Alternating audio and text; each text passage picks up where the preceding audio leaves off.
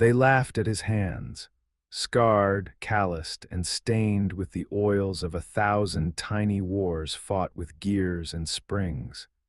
They called him a relic, a ghost haunting the polished halls of a world that had long forgotten him. That was their first and last mistake. The air in the Palexpo Convention Center in Geneva was worth more than most people's homes. It was a filtered, climate-controlled atmosphere, thick with the scent of money, Swiss precision, and the faint, metallic tang of ambition. This was the Grand Prix de Horlogerie, the Oscars of watchmaking, and the men who walked its halls were titans, collectors, and CEO who spoke in seven-figure terms. And then there was Elias Vance. He moved through the glittering crowd like a shadow, an old man in a threadbare tweed jacket that had seen better decades. At 82, his steps were slow, deliberate, each one a quiet protest against the hurried, self-important pace of the world around him. His face was a roadmap of a life lived with quiet intensity, but it was his hands that told the real story. They were the hands of a laborer, a mechanic, a man who had spent a lifetime wrestling with things smaller than a human heartbeat. They were scarred, the knuckles swollen, the skin a tapestry of faint cuts and dark stains. In a room where manicured fingers gestured towards glass cases of diamond-studded timepieces, Elias's hands were an anomaly, a piece of raw, unpolished history. He wasn't here to buy, he was here to remember, to feel the pulse of the world he had once belonged to before it became a playground for billionaires and influencers. He stopped before a display by a modern, avant-garde brand. The watch inside was a chaotic marvel of exposed tourbillons and sapphire crystal. A young man in a suit, no older than 30, glanced at Elias's hands and offered a tight, condescending smile. "May I help you, sir, or are you perhaps lost?" The service corridors are that way. Elias didn't flinch. He simply gave a slow nod and moved on, his gaze sweeping the room until it landed on the centerpiece of the entire exhibition, the private collection of Alistair Sterling. Sterling was new money, but he'd bought his way to the top with the ruthless efficiency of a shark.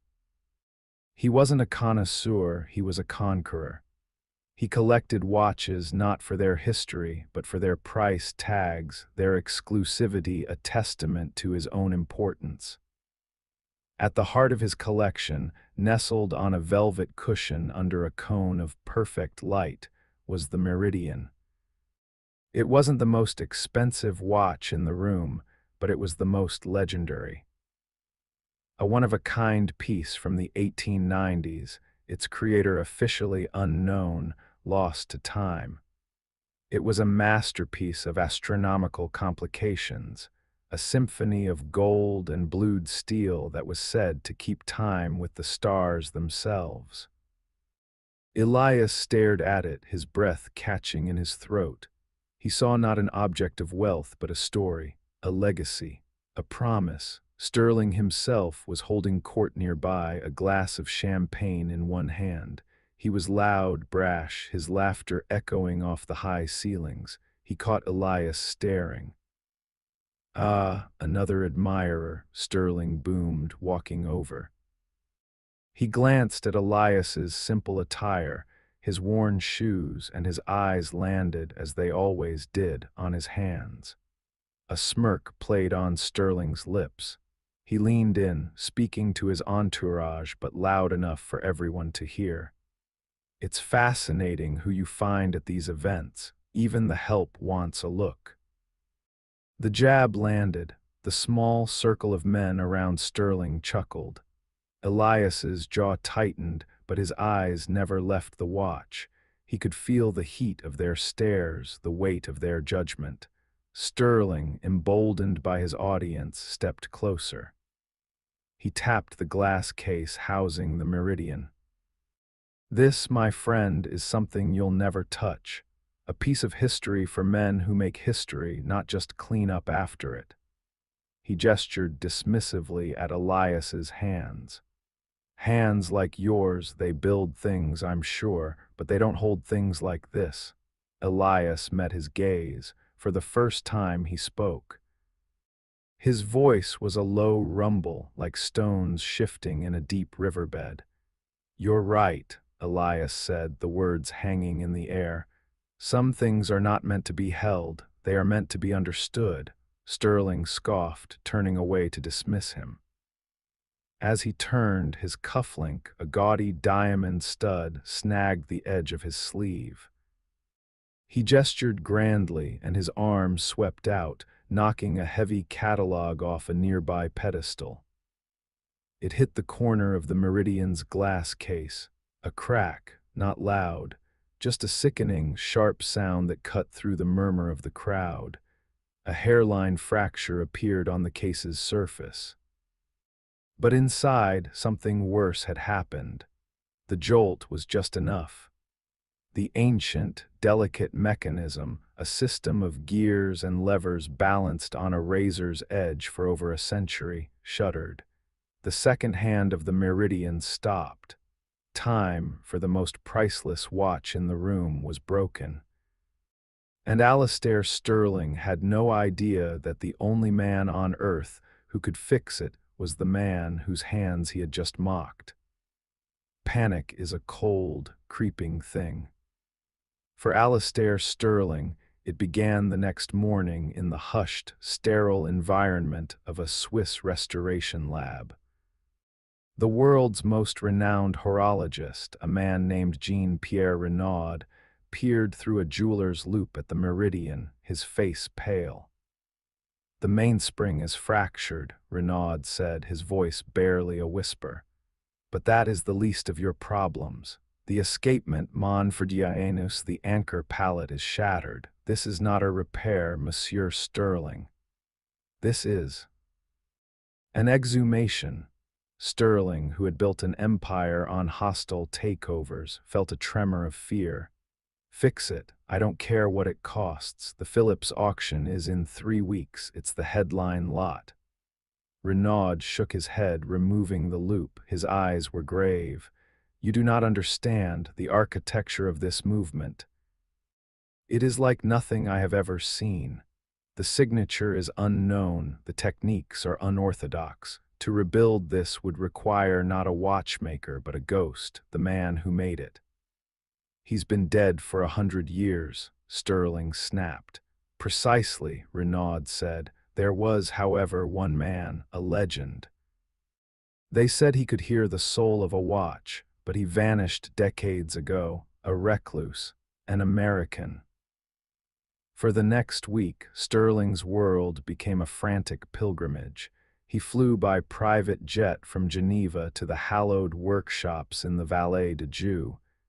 He met with the master craftsmen of Patek Philippe, the technicians of Vacheron Constantin. They all looked at the meridian with a mixture of reverence and terror, and they all said the same thing. "The techniques are not ours. There is a rhythm here, a fingerprint we do not recognize, and then always the name. You must find Vance, Elias Vance. He was the last of his kind. If he is still alive, he is your only hope." The search was humiliating. Sterling, a man who summoned people, was now begging for information. His calls were met with cryptic replies. His offers of money were met with silence. Elias Vance had no digital footprint, no public records beyond a birth certificate from 1943. He was a ghost. Finally, a breakthrough came from an old, retired parts supplier in a dusty corner of London. "Vance," the old man rasped over the phone. "He never trusted the big houses, said they stole the soul from the work. Last I heard, he had a little shop, a place for lost causes, somewhere in Philadelphia." "Philadelphia?" Not a glittering metropolis of high finance, but a city of grit and history. Sterling's private jet landed on a gray, overcast afternoon. He was driven in a black town car away from the pristine center city, deep into a neighborhood of brick row houses and forgotten factories. The car stopped on a narrow cobblestone street, and there it was. Not a boutique, not a gallery, just a small shop with a faded, hand-painted sign that read Vance and Son Horology for timepieces with a past. The windows were dusty. Inside, shadows danced among what looked like junk.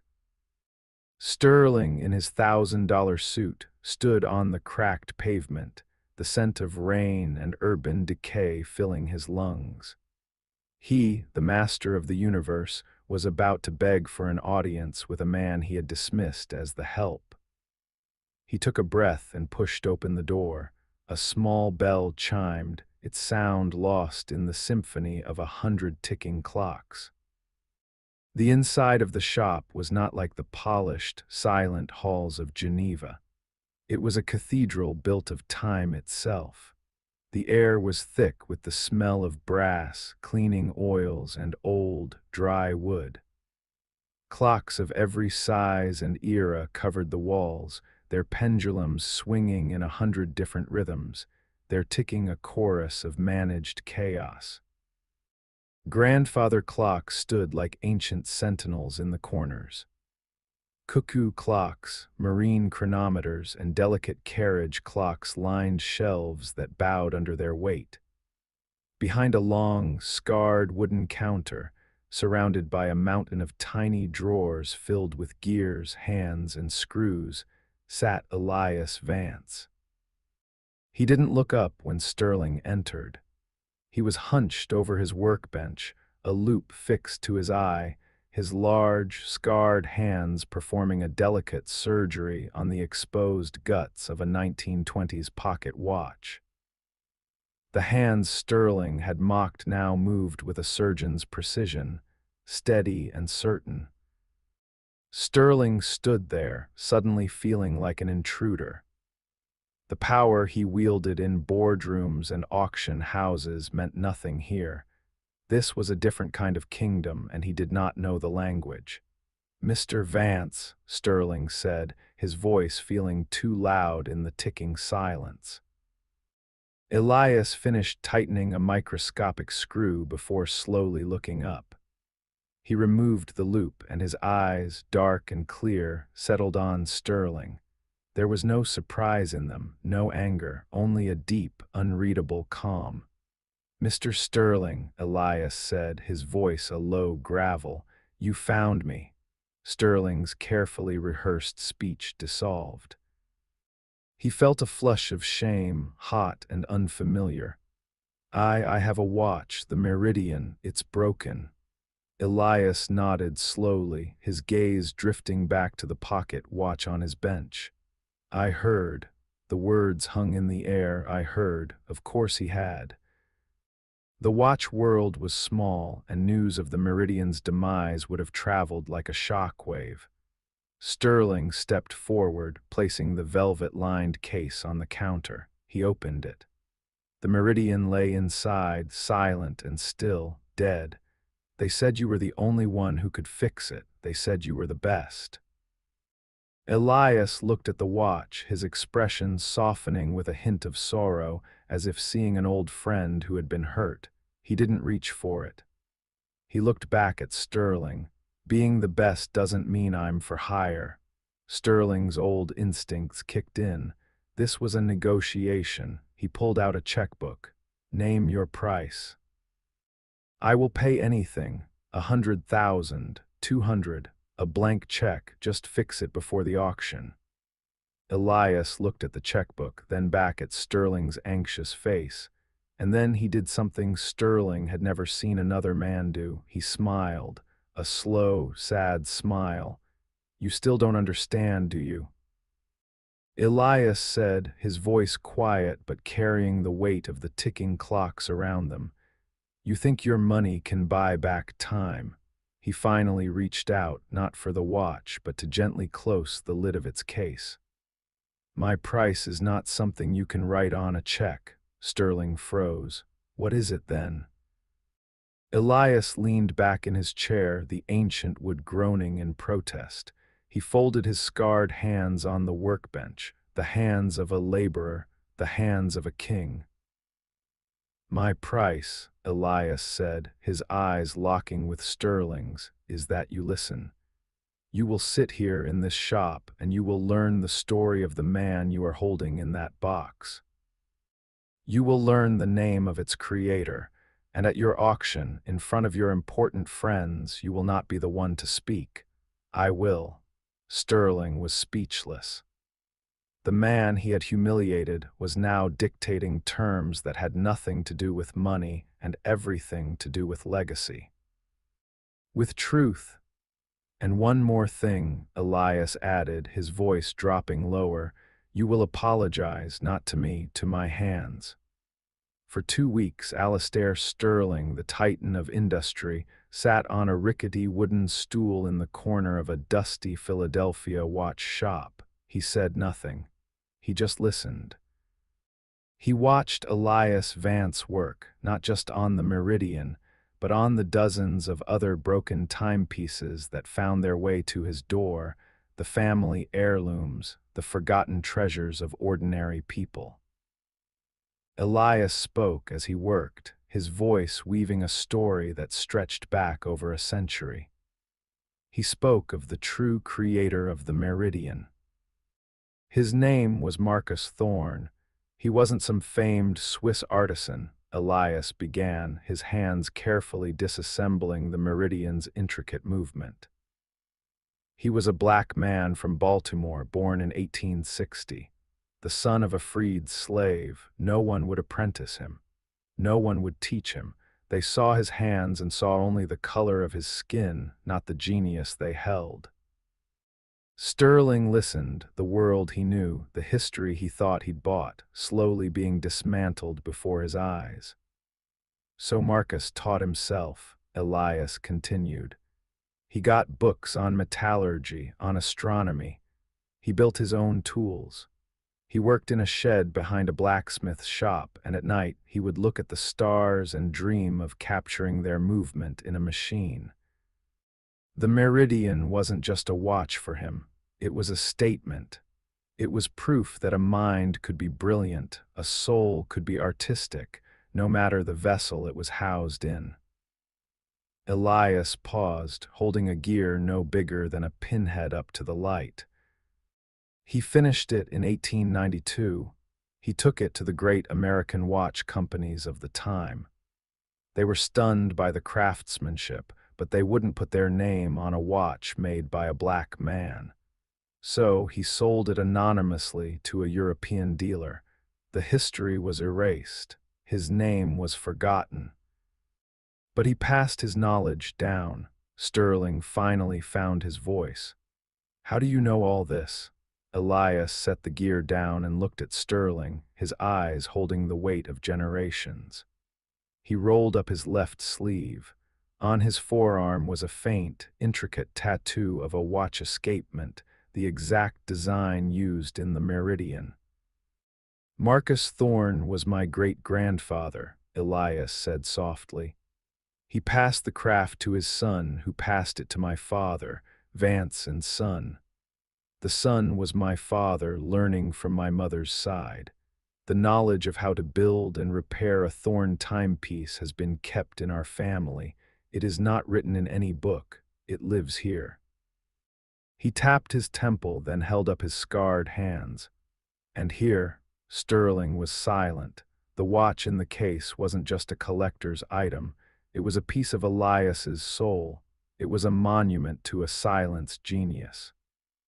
His humiliation of Elias in Geneva was not just an insult to an old man, it was a desecration of a hidden history. "Why?" Sterling asked, his voice hoarse.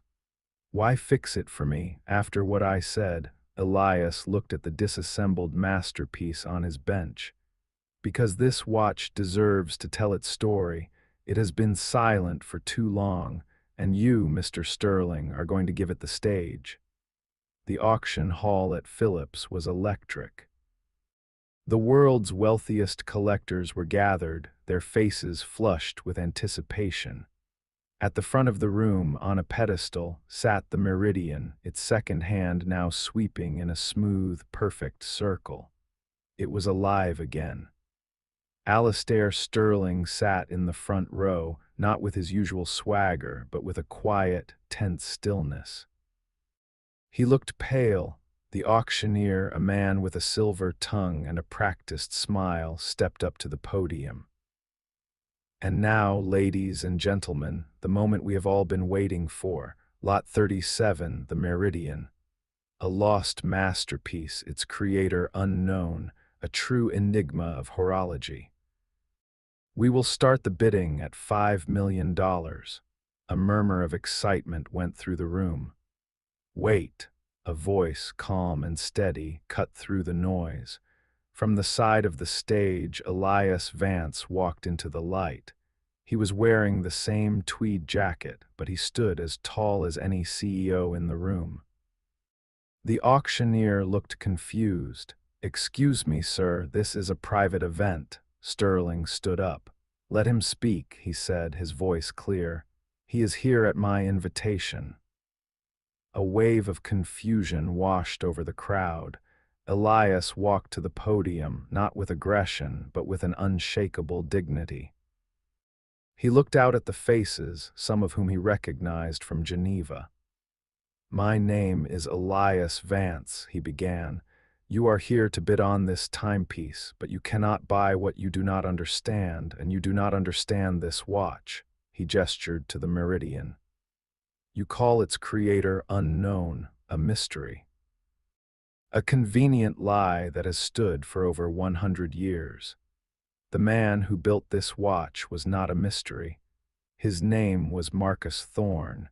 He was a black American genius, and his story was erased because the world was not ready to see brilliance in a man like him." A shocked silence fell over the room.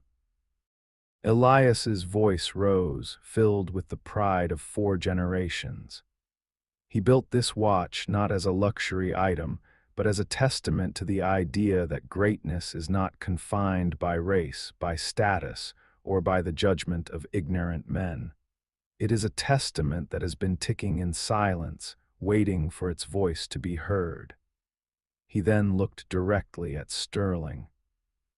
"The current owner of this watch," he said, his voice devoid of malice, "did not know this history. He, like many of you, saw only an object of value, but he has since learned that some things are worth more than their price." Elias stepped back from the podium. The auctioneer was speechless. The collectors were stunned. In a single moment, Elias had not just repaired a watch. He had rewritten its history. He had reclaimed its soul. The Meridian was no longer just a rare antique. It was a symbol of buried black excellence, a cultural icon. The auctioneer, finally recovering, stammered, the bidding for the Marcus Thorne Meridian will now begin." The first paddle shot up. 10 million, another. 15, the price skyrocketed, doubling, then tripling its estimate. Sterling didn't bid. He just watched, his face a mask of complex emotions. He had acquired a priceless object, but in front of the entire world he had been stripped of the one thing he craved, the appearance of knowledge and true power. Elias had taken that from him, not with anger but with truth. Elias didn't stay to see the final bid. He slipped out of the auction house and walked into the cool night air. He didn't care who bought the watch. Its story was finally free. Weeks later, he was back in his shop in Philadelphia. The ticking of the clocks was his only company. On his workbench lay a small, framed photograph. It was old and faded, showing a proud, serious-looking black man with intelligent eyes holding a pocket watch. Marcus Thorne. A package arrived that morning.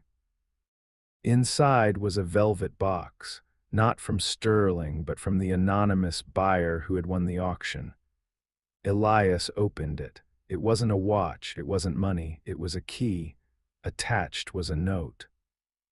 Mr. Vance, a foundation has been established in Marcus Thorne's name to support young, overlooked artisans of color. This is the key to their first workshop, fully funded. Thank you for reminding us that the best stories are not the ones we buy, but the ones we have the courage to tell. Elias held the key in his scarred hand.